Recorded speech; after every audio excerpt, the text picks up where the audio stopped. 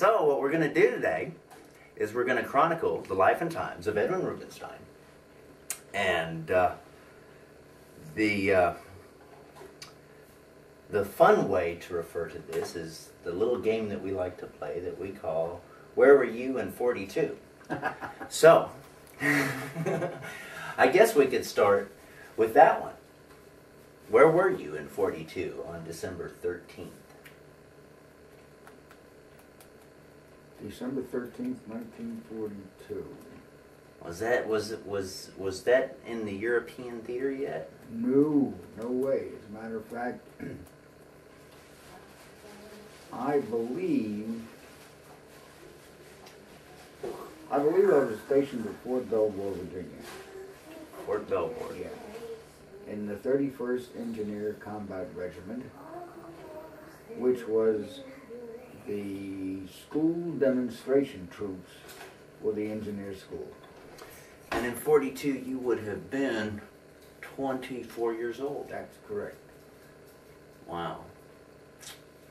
And that's 14 years younger than I am now. Yes. That's actually Jeremy's age. My Yes. stepson. Yes. Wow. And at that time you had been in the military for Oh, over 2 years. over 2 years. So you joined in 42 or I joined in 1940. oh in 40, okay.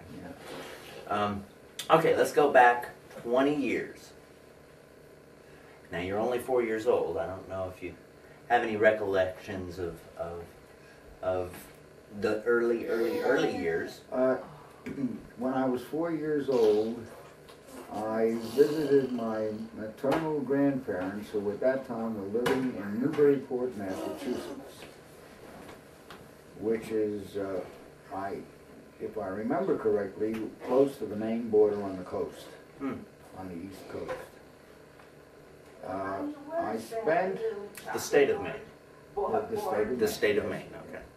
I spent, I believe, a winter and a summer there.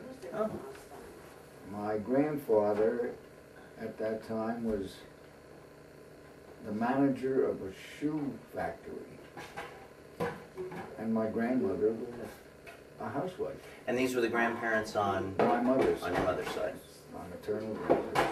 And her maiden name was My mother's maiden name was Celia Marks, Marks. M-A-R-X.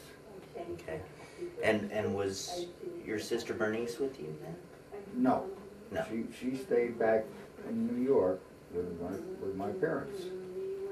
Great. So you got to spend some time with I grandparents. spent some time with my grandparents. That's great. That's great. That's kind of like Gracie comes and spends time with us, right? Excellent. Excellent. So then you obviously you recollect that. Yes, I do. There were. I remember very distinctly we had a hard winter. The snow came up. And that would have been the winter of 22. Yes. Okay. And we had, the snow came up above the first floor. It was a two-story house. Oh my gosh. And That's feet of snow. that's Measured yeah, in feet, not yeah, inches. 10 to 12 feet of snow on the ground.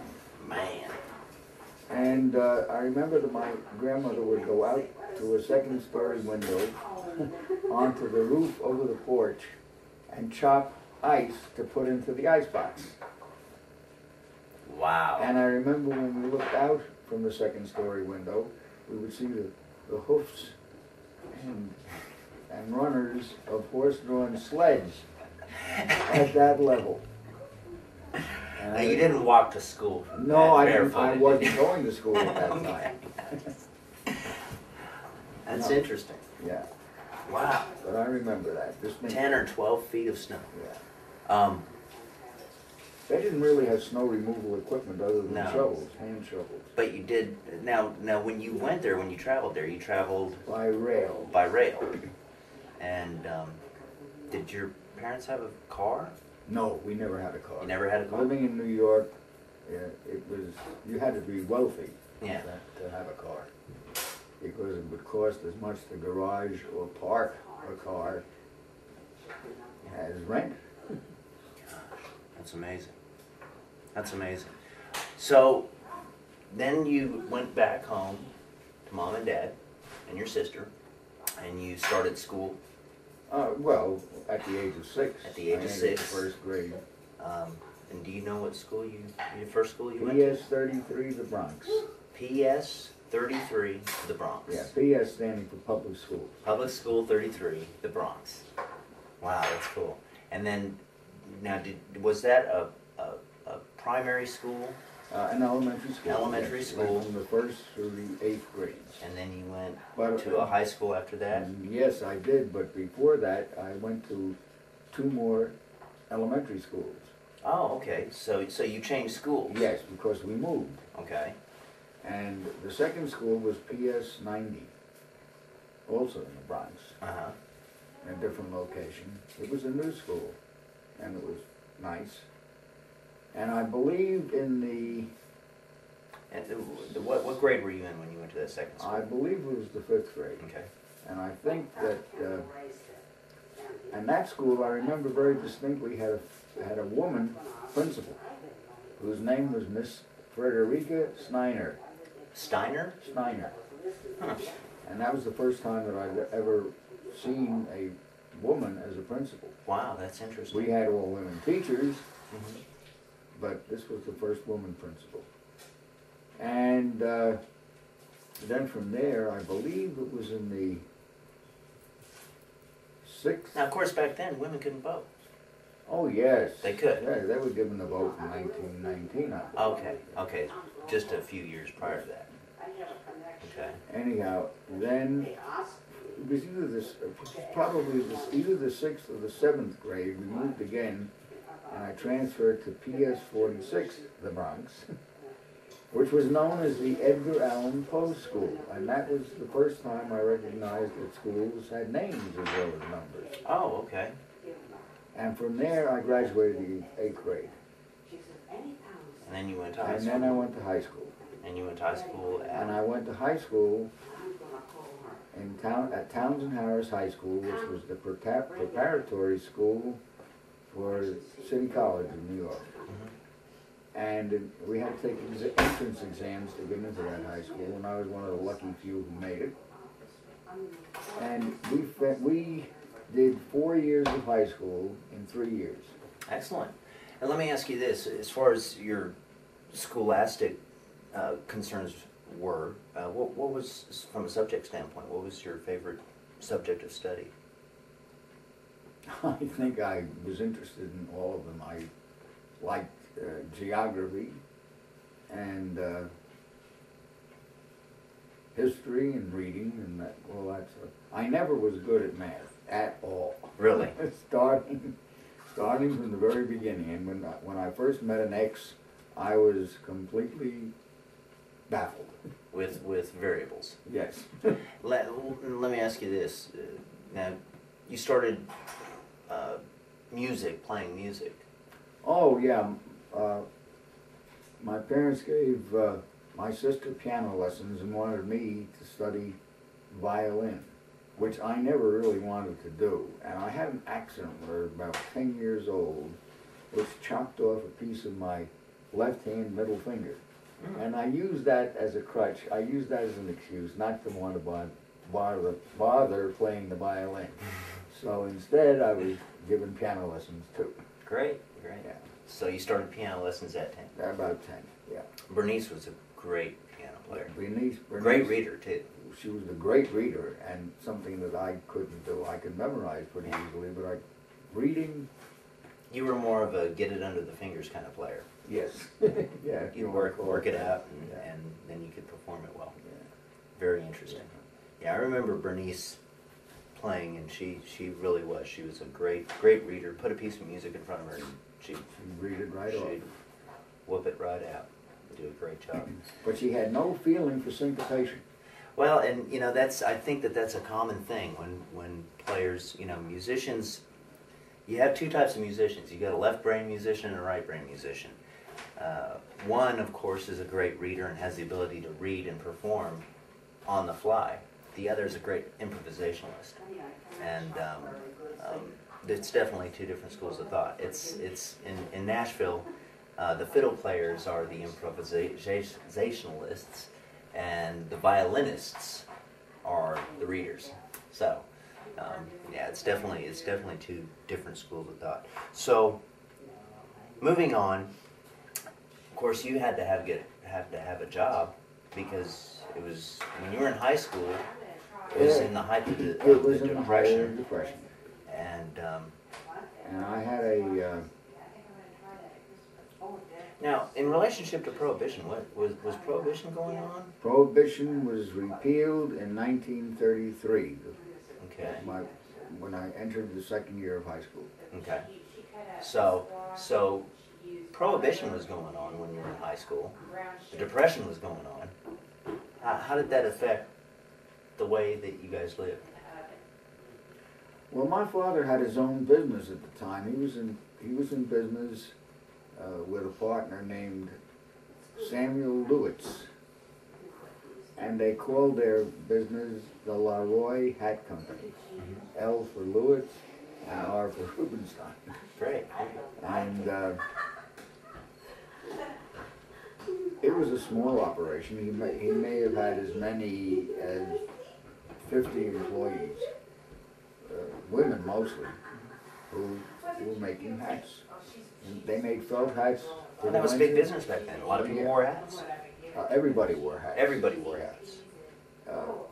In the winter or the cold weather, he was making felt hats. Mm-hmm. And in the spring and summer, he was making straw hats.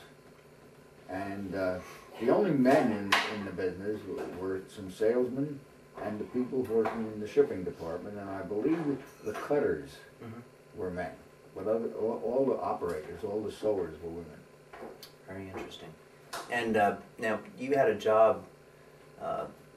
Your first job was how old were you when you had your first job? I believe I was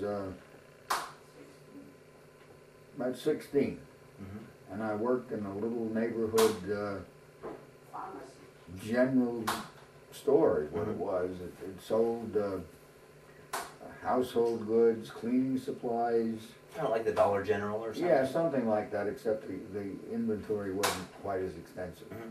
And my job consisted of stocking and selling and delivering orders. Mm-hmm.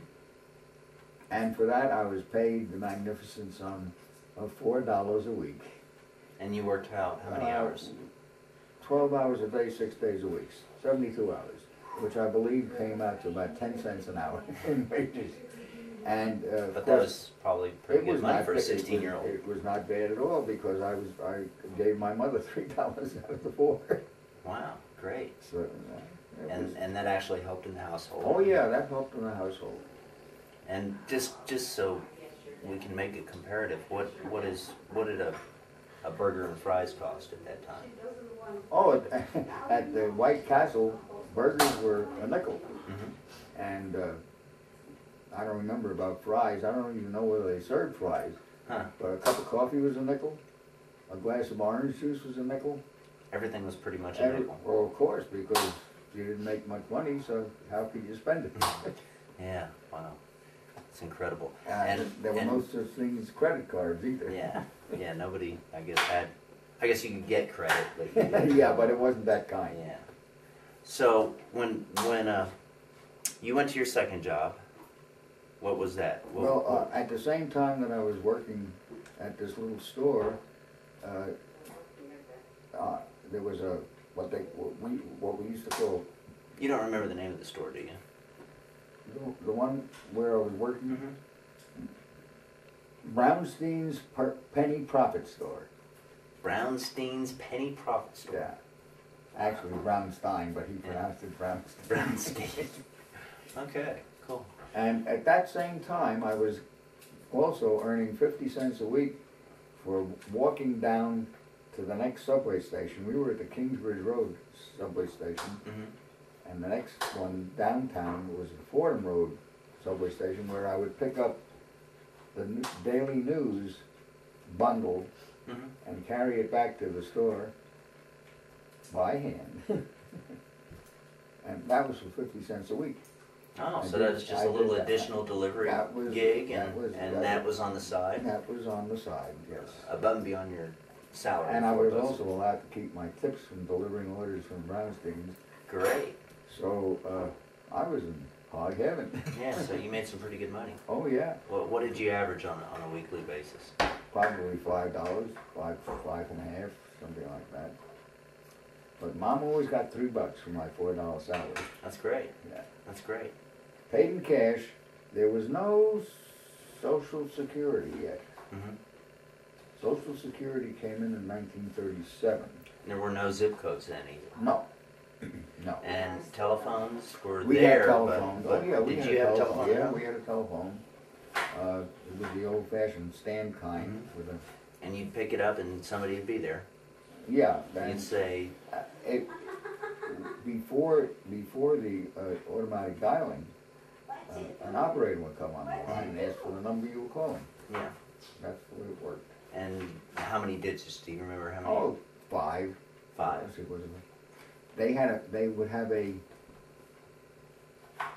instead of a numbered prefix, we would have names. Oh, okay. Our first telephone number was Kellogg 52789. Kellogg 52789. Yeah. And what did Kellogg stand for? Just somebody's name. Somebody. I mean, they had different exchanges. I guess that, yeah, because they were like public phones, weren't they? I guess a lot of people used the same exchange or something. Well, they shared exchanges. When they changed over the numbers, that's when the K-E-L-L-O-G-G, it was 2 L's and 2 G's. But it became a 3-digit, or maybe, no, it was a 2-digit prefix.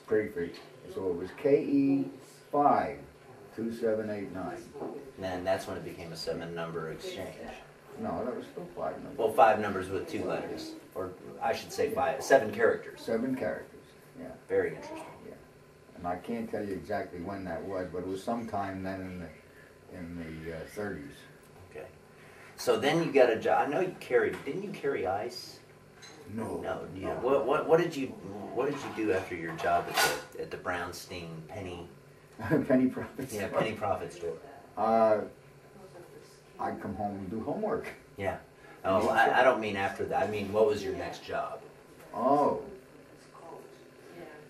Your next gig. So you worked there from the time you were 16 until you were. Well, I think probably until I entered college. So you worked there for a good while. I worked there for a couple of years. Yeah. I'm trying to remember. What did I do next? What did you do next? That would have been, where were you in 32? No, 36 probably.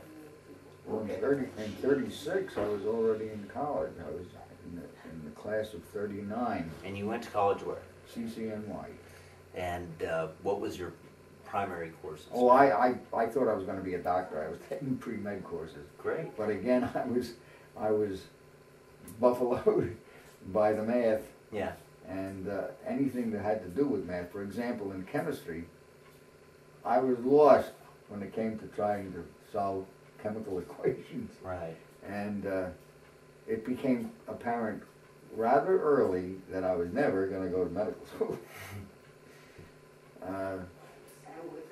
And let's see, well, while I was in high school and also in college, I became very interested in the theater. That's right. I joined the Dramatic Society, DramSoc as it was called. And that was my primary interest. As a matter of fact, I tried talking to faculty members to use different parts of different disciplines to set up a theater arts program. Right. And it was never done in my time, but it was done some time later after I left. Anyhow, after 2 years there, with this society or organization, after 2 years in the college. Oh, at the college, okay. I dropped out, primarily because of academic lousiness. And now you started working at the Mercury Theater. When did you get that gig? That was a little later, because my next job was, oh, wait a minute. No, you're right. The Mercury Theater was active in 37 and 38. And I had dropped out in 37. And I walked in boldly and stupidly and asked for a job. And lo and behold, I got one. I became the assistant to the production manager, a woman named Jean Rosenthal, who probably was 3 or 4 years older than I was, but what the heck, that wasn't unusual because the two owners of the Mercury Theater, John Houseman and Orson Welles, were only 23 and 24 themselves. So it was a very young organization and very talented. And I consider myself very, very fortunate to have been doing what I was doing. So I got to work with Orson Welles and Vincent Price. And, oh yeah, all the cast members, yeah. Some of the... And we were in repertory. We were doing Julius Caesar, The Shoemaker's Holiday in repertory, and then a little later on we did. Trying to remember now what the name of it was. Can't really recall. Now, when you worked there, did you do stage work? How did, yeah, what was your gig I working for the production manager. I supervised the breaking down and setting up of sets after performances, and going from not one performance, but one play to another. And now, back in this day, there were actually set architects and carpenters. Set designers, scenic artists, they're sometimes called. We had, However, both of these plays were done almost on a bare stage, depending primarily on lighting for setting up the scenes. Right. And so on. And that was Jean Rosenthal's primary work, was doing the lighting. Right. And she became quite well known, and she died at an early age, probably in her early 40s. In any case, she was my mentor. Yeah. And I learned a lot from her, of course. And then, after Mercury Theater, because really after 1938, we did The Cradle Will Rock, but we also did another play, and I just can't remember the name of it. In any case, this was leading to 39 when Hitler invaded Poland. Right. And I started seriously thinking about maybe I'd better get into the service because it looks like we'll be in it or whatever. And I looked around, checked the Navy B-7 program where if you had 2 years of college, which I had, you could enlist for that and become an ensign, become a 90-day naval wonder. Oh, so you were first interested in the Navy? Well, I was interested in anything where I could get commissioned because right. I had 2 years of ROTC in college and got a certificate which said I was qualified to perform the duties of corporal of infantry. And I thought to myself, no, I don't think I want to be in the infantry. And so, anyhow, I couldn't pass the physical for the Navy. My eyes were not 20/20, which was required. The Air Corps was also the same thing. So I looked around and finally decided what I better do is join the National Guard. And I joined the 102nd Engineers, New York National Guard, Company E. And the reason that I did this was because I had done enough stage work to recognize that it was closely affiliated or allied with camouflage. which was one Excellent. of the things that the engineers did. And I did enough carpentry, so I knew that. A little bit of architectural Yeah, experience. well, and I think the most deciding factor was that my Uncle Charles, my mother's youngest brother, who had been in World War I with Company E of then the 6th Engineers, which was part of the 3rd Infantry Division, and he distinguished himself by going from private to sergeant to private. I'm sure that's an interesting story in itself. Anyhow, since he was an engineer and I'm an Army engineer, that was a deciding factor for me. So I joined the 102nd Engineers.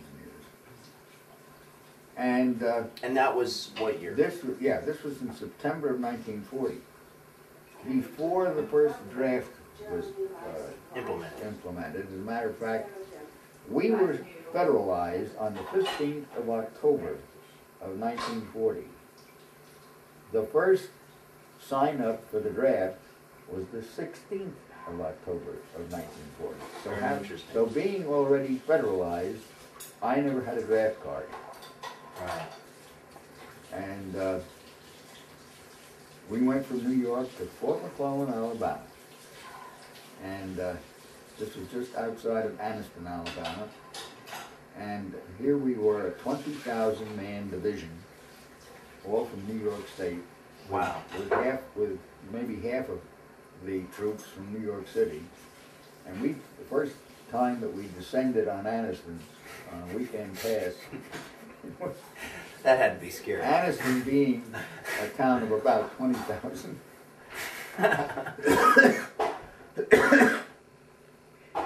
We just overwhelmed the population. Yeah, I'm sure that This was you city boys were. This was the place where we hit one of the 2 soda fountains in town, and we were 6 deep at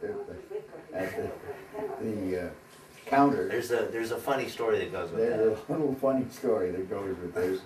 Everybody ordering black and whites, and What's a black and white? it's a chocolate soda with vanilla ice cream. Okay. Chocolate soda with Yeah. ice cream. and malts and whatever else. And this little girl, probably a high school girl, working on weekends, this was a Saturday, she finally said, "Whoa, fellas, y'all have to talk slower. I can't hear that fast." Whoa, fellas! I can't hear that fast. You'll have to talk slower. I can't hear that. Which was cute. What did you think of the South when you first came here? Well, the first time we went into town to eat dinner, like on a payday, because we were paid $21 a month at that time. Wow, that's good money. There was a song called $21 a day, once a month. And I went into this restaurant and I saw cornbread on the menu, and I thought this was like the Jewish cornbread in New York, which is really a specialized kind of rye bread, with a nice hard crust, and, And of course, what they served us was Southern cornbread. what we in the North refer to as corn muffins, which are sweet dessert type things. Right. And this tasted about the same. I was flabbergasted.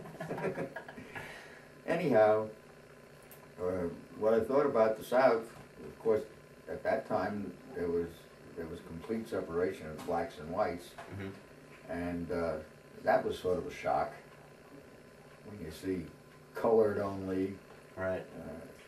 Water fountains, Absolutely. waiting rooms, places and buses. And you never experienced that, did you? Oh no, never. Yeah. Went to school with black people, and whom we called colored at that time. Yeah.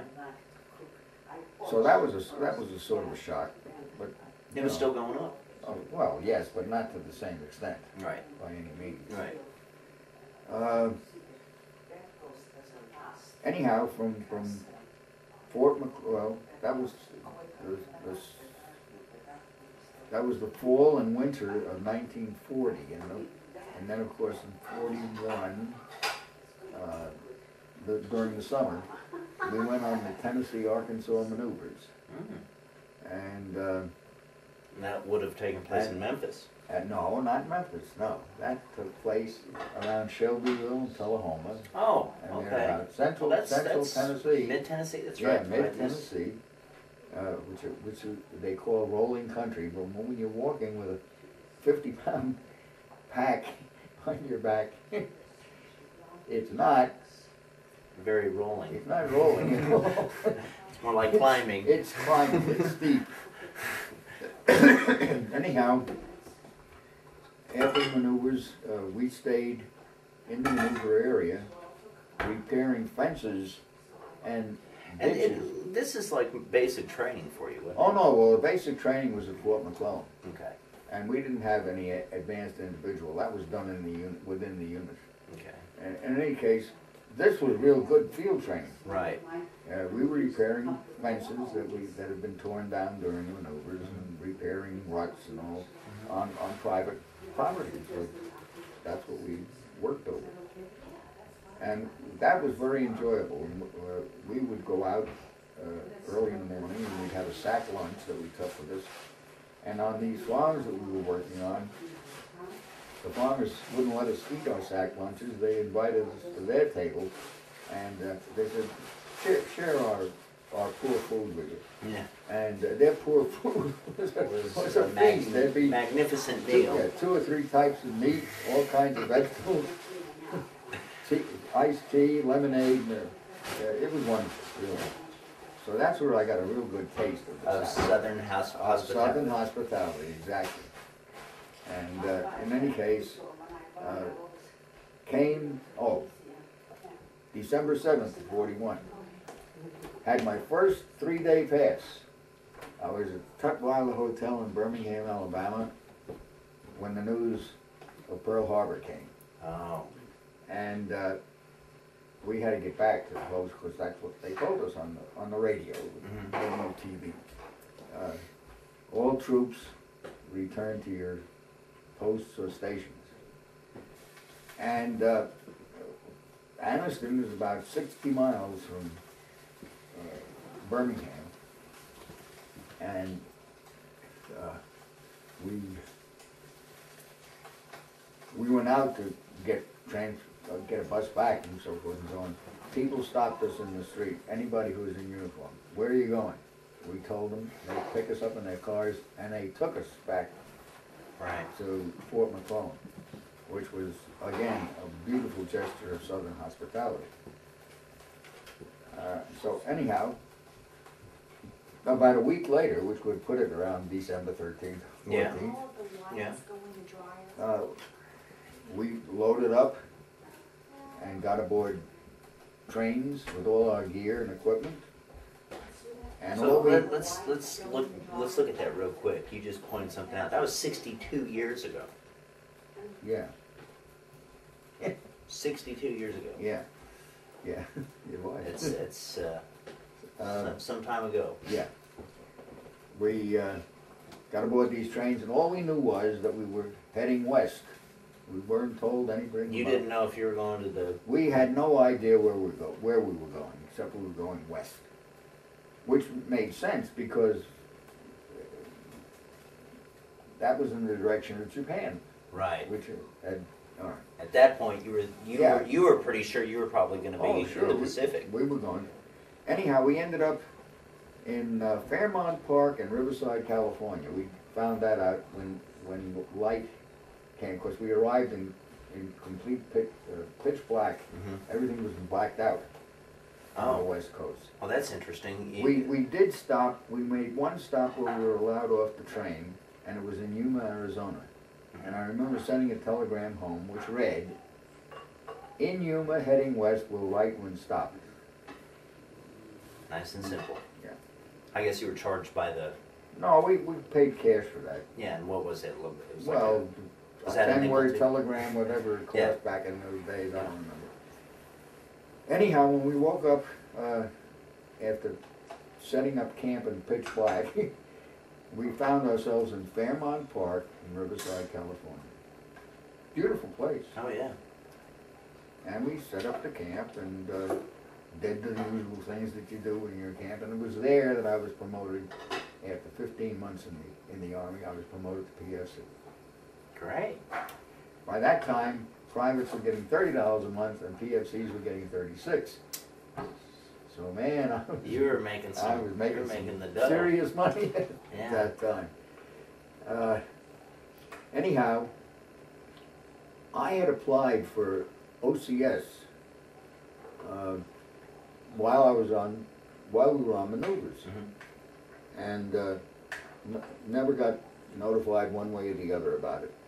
Anyhow, while we were in Fairmount, not while we were in Fairmount Park, but we moved from there. Oh, I remember spending Christmas Eve and Christmas Day on patrol in Ontario, California. And we walked the streets with loaded rifles, fixed bayonets, steel helmets, gas masks, and it was a West Coast alert at that time. Anyhow, from there we moved to Fort Ord, California. And we hadn't been in Fort Ord for less than a week.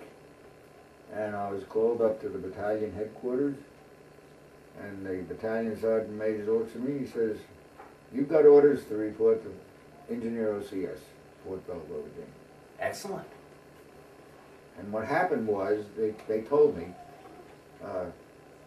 they couldn't find me. I had been admitted to the first Engineer OCS class, but they couldn't find me. I was on temporary duty with an engineer provisional depot company, and we were which was separated from the regiment.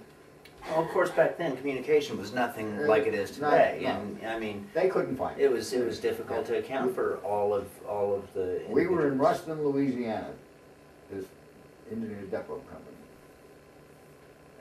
And anyhow, they found you, and well, they found me in time for the third class. For the third class. Yeah. And this was the first. The third class was the first one that was admitted after Pearl Harbor. Right. The other two classes had already graduated. In any case, I was sent with orders back to the south. Back to Fort Belvoir, Virginia. Yeah, it's the south, but it's a little further north. Yeah, just south of Washington D.C. Right. And I traveled that 3,000 miles by rail with a dime in my pocket. They didn't pay give me any partial pay or anything. I had a dime, one dime in my pocket. Literally. Literally. 3,000-mile trip, about 4 days, day and night on the train. What did you eat? Oh no, they'd feed you. They gave me meal tickets or something. Meal tickets, yeah, something like that. But nobody on the train would allow anybody in uniform to buy anything. So they were buying us food, they were buying us drinks. It was a great You were trip. well taken care of. Great trip. Arrived in Alexandria, Virginia, expecting to be met by somebody.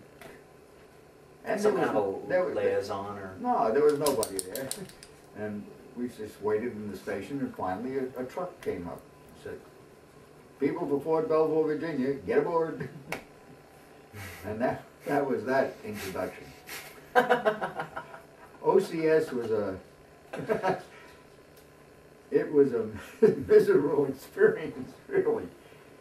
The what they call tactical officers, the ones who they didn't have drill sergeants. These were young lieutenants and captains from West Point, if you don't mind, and they used the West Point rules to run the candidate school. So we were up at dawn every morning, and everything had to be just ship-shape. I mean, just as if it were West Point. We didn't know any better. Right. And it was a rat race from the time we awoke until taps. And they were in a hurry to graduate us. So instead of 90 days, We graduated in 73 days. Wow. And I had applied to go to an armored division, and wasn't, and they kept on reading, you know, after graduation, who's going where. We had 3 choices, and I wasn't on any of those lists, and I find out that I was assigned to the faculty of the engineer school. Well, that's no fun. It wasn't bad, but I was there only about 2 weeks, and they transferred me to the school demonstration troops, the 31st Engineers. And where was the transfer? Well, it was to? right there at Fort Belvoir. Oh, is that Yeah, Fort the Belvoir? engineer school. Okay. So I was there for just a short time, and then I was transferred to this 31st Engineers, the school demonstration troops. And I was with that unit from 1942, when I graduated, April 42, until I left there, I believe it was about May of 44. And in the meantime, I had gone through the engineer advanced, the officer advanced course, and then I asked my commanding officer. Now, at this point, what rank are you? Oh, I made first lieutenant in 5 months, I think, and then I was promoted to captain 1 year and 13 days after I was commissioned. Wow. And as a captain, I was admitted to the Command and General Staff School, which is now called the Command and General Staff College. And went through that course. That was a 3-month course also. That was at Fort Leavenworth, Kansas. And when I came back, it was getting close to D-Day. As a matter of fact, on the 5th of June of 44 was when I sailed from Norfolk, Virginia to the European theater. And of course... Now, at that time, you knew where you were going, though. Oh, all I knew was that I was a replacement, and I was going to the European theater. We ended up in North Africa. Yeah. The war was going on the continent. Mm-hmm. What I was doing in North Africa, don't ask me. Yeah. Anyhow, that was a replacement depot in Oran, North Africa. Oran, Algeria. Mm-hmm. Not Casablanca. And wasted time there, and then finally we were shipped to Italy to another replacement depot near Naples. And as a matter of fact, the replacement depot was at a town called, outside of a town called Caserta, which was a dairy farm originally. And from there, finally, we went into southern France, landed at Marseille. And from Marseille, I hitchhiked up to 7th Army headquarters. Which is what you were supposed to do. Yeah, I finally had orders to a unit, which was the 36th Engineer. And part of your orders included hitchhiking to... Oh, no, the orders... Just get there, yeah, however you have to get there. That's where you're going. This is where you're going, and Yeah. you need to find your way. Yeah. So, I finally got to the engineer section of 7th Army headquarters, and sure enough, there was a liaison officer from my unit who picked me up and took me where I was going. Expecting you. Oh yeah, they were expecting me. They had a copy of the orders. And lo and behold, I was at the regimental headquarters for a day or two, and they lost the company commander. The unit was in the line as infantry. Right. At the time. So they said, "You're going up to Command G Company." This unit had participated in the North African invasion. From there, and got a bronze arrowhead for making the assault landing. They then went to Sicily, made another assault landing there. Then they went to Anzio. Or wait, did they go there? Yeah, they went to Anzio in Italy. All this time that they were doing this, they were fighting as infantry. And then they made the invasion of southern France. And that's So when they lost their they commander. earned 5 arrowheads. The only other units that ever got that many were those in the Pacific who were island hopping. But this unit was... It's out there busting. Yeah, so they had lots of combat experience, and here I am, a greenhorn, Going into command these going guys. into command, yeah. What do I know about this kind of stuff? So that was very rough. And my first 37 days with that unit were in the line as infantry. Hmm. And finally we were relieved, and of course when you relieve an engineer unit from doing infantry duty, you're sent back to the rear, not too far to the rear, but to the rear to do road maintenance and repair. And clear minefields and rebuild bridges and stuff like that. So that was Some a basic infrastructure well, stuff. basic combat engineering. Yeah. See? Which was a great relief after having been fighting as Absolutely. infantry. I remember when we were finally relieved, we were relieved by, I think it was an infantry unit from the 102nd Division, which was their first action also. And they said, engineers, what are you guys doing here? I said, waiting for you. Patiently waiting for you. Not so patiently. In any case, from then on, there was no more infantry. We did engineer duties all the way. And by the way, the interesting thing was that while we were doing this infantry training, we were supported by the engineers of the division, the division engineers. See, we were corps engineers, which is above division. Right. We were supported with engineer functions by division engineers while we were fighting as infantry. Wow. So that was an interesting point. 45th Division. Anyhow. So, and now this was all in, you're talking about France now. This was in France, This right? was in France, except that toward the end of that 37 days, we actually got into Germany.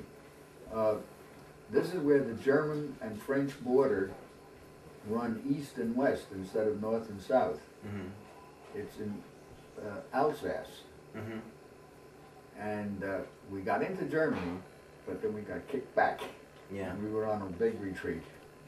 And we were covering our own retreat, which was interesting too, because normally there's an infantry in contact, and as you retreat, you leapfrog. Right. But since we were fighting as infantry, and since we were engineers, they had us do all the obstacles that you put as you know. Oh as yeah, you're going sure. back. You So were doing two We jobs. were doing 2 jobs. And this, when somebody says to me, what does a combat engineer do? I tell them. Everything. No. I have a definition. A combat engineer is a doughboy with a shovel. Okay? Yeah. Okay. It's a nice way to put it. That's telling the story. Anyhow, So you retreated, and after this 37 days, you moved into. well, we were back in France, in Alsace, mostly. And while we were back there, the blows started up north. Right. See, we were part of 7th Army, which was the extreme right flank of the U.S. forces. To our right, which in this case was to our south, was the 1st French Army. Okay. So anyhow, while we were there, not about 15 miles south of the French-German border, and by the way, on the French-German border, the Maginot Line, Mm-hmm. and on the German side, the Siegfried Line.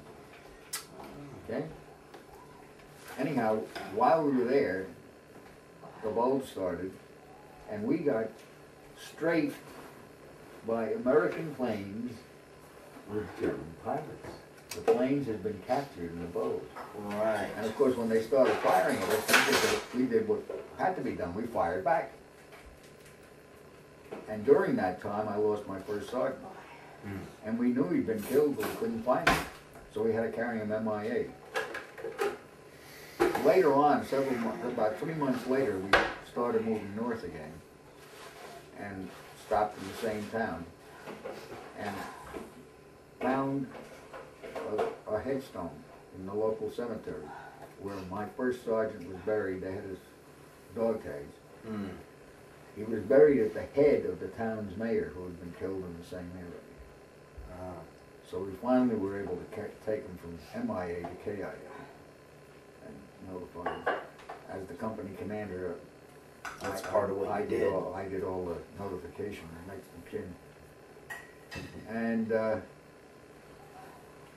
anyhow, from there, once we got into Germany again, we kept going. And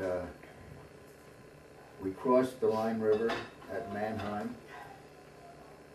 And from there, we swung south and went through Stuttgart and Heidelberg, and then started going east again. And I don't remember where we swung south.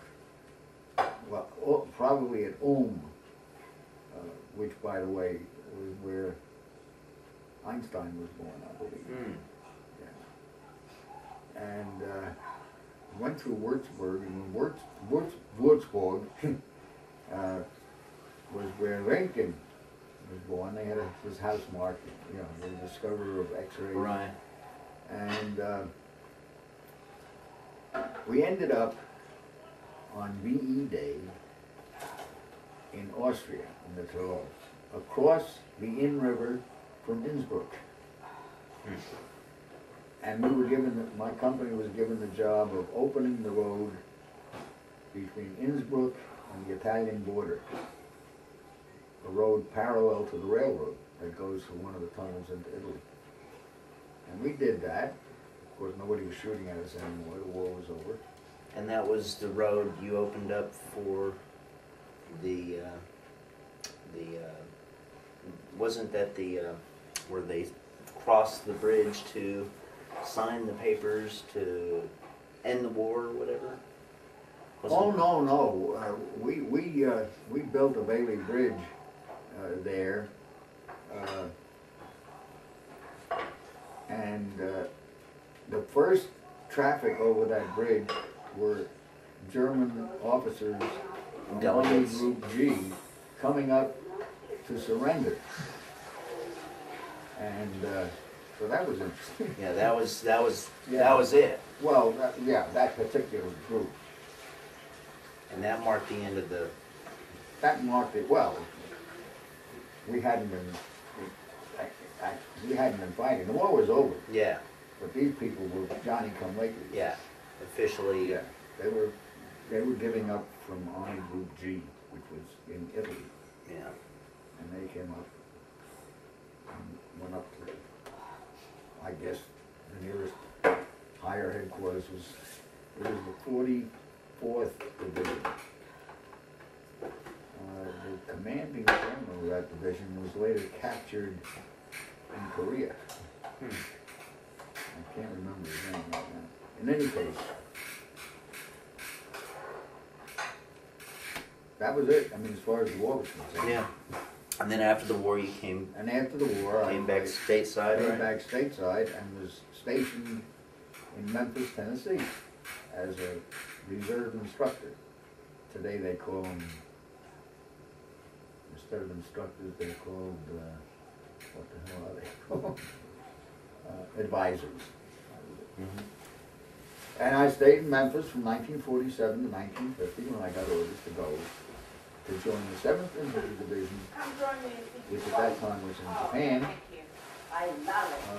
And of course I joined them in Japan I was a major by then. No, I wasn't. I was still a captain. Mm-hmm.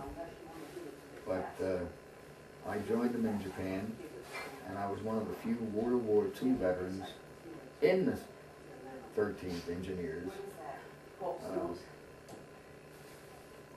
Well, let's put it this way: one of the few World War II veterans who had seen combat in World War II. And I was the senior captain when I walked in there, and they made me the S3, which was the major's position. But before I could be promoted there, the Department of the Army Orders promoted me to major. So I made major in Korea. And in Korea, big difference between being a battalion staff officer and a company commander. Yeah.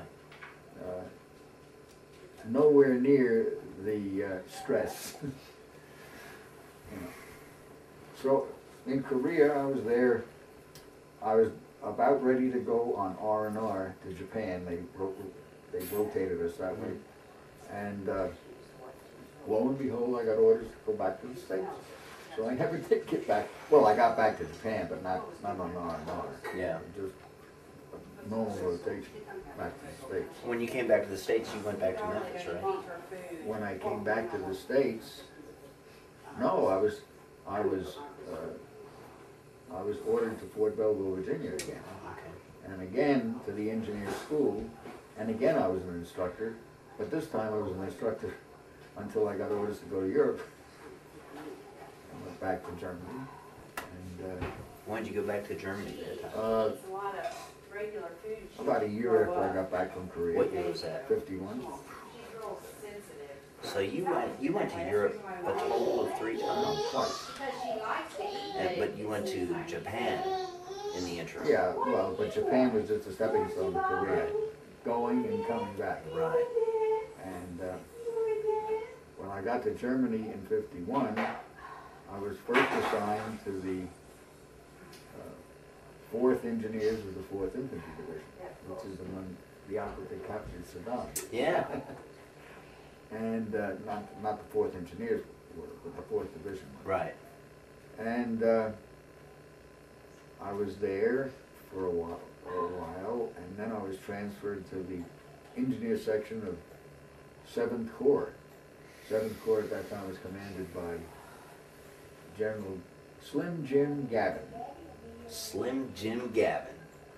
General Gavin was one of the youngest division commanders of World War II, paratrooper. Was he from the 101st? No, the 82nd. Second, 82nd. He was a great, no, McAuliffe was the 101st. He was the guy who said nuts at the stone. Ah. Anyhow, the engineer section in Stuttgart. And from there I was transferred to the, what unit was it? Hard for me to remember. Mama said no. Well, I neglected to tell you, at the end of World War II, I finally ended up in the 15th Engineers of the 9th Division in Augsburg, Germany. And when it was dissolved, I stayed on and became the post engineer. Oh. Which I had absolutely no training or experience with at all. That was an interesting time. But it was a title. Well, and they had to assign it to somebody. Not a title, it was a job. Absolutely. Absolutely. But they had to give it to somebody. Of course, and I was available. Perfect. So was the captain. Anyhow, Germany the second time, oh yeah. What was it? What the hell was that? 137th Engineers, which was again a Corps engineer unit. And what was I doing there? Oh,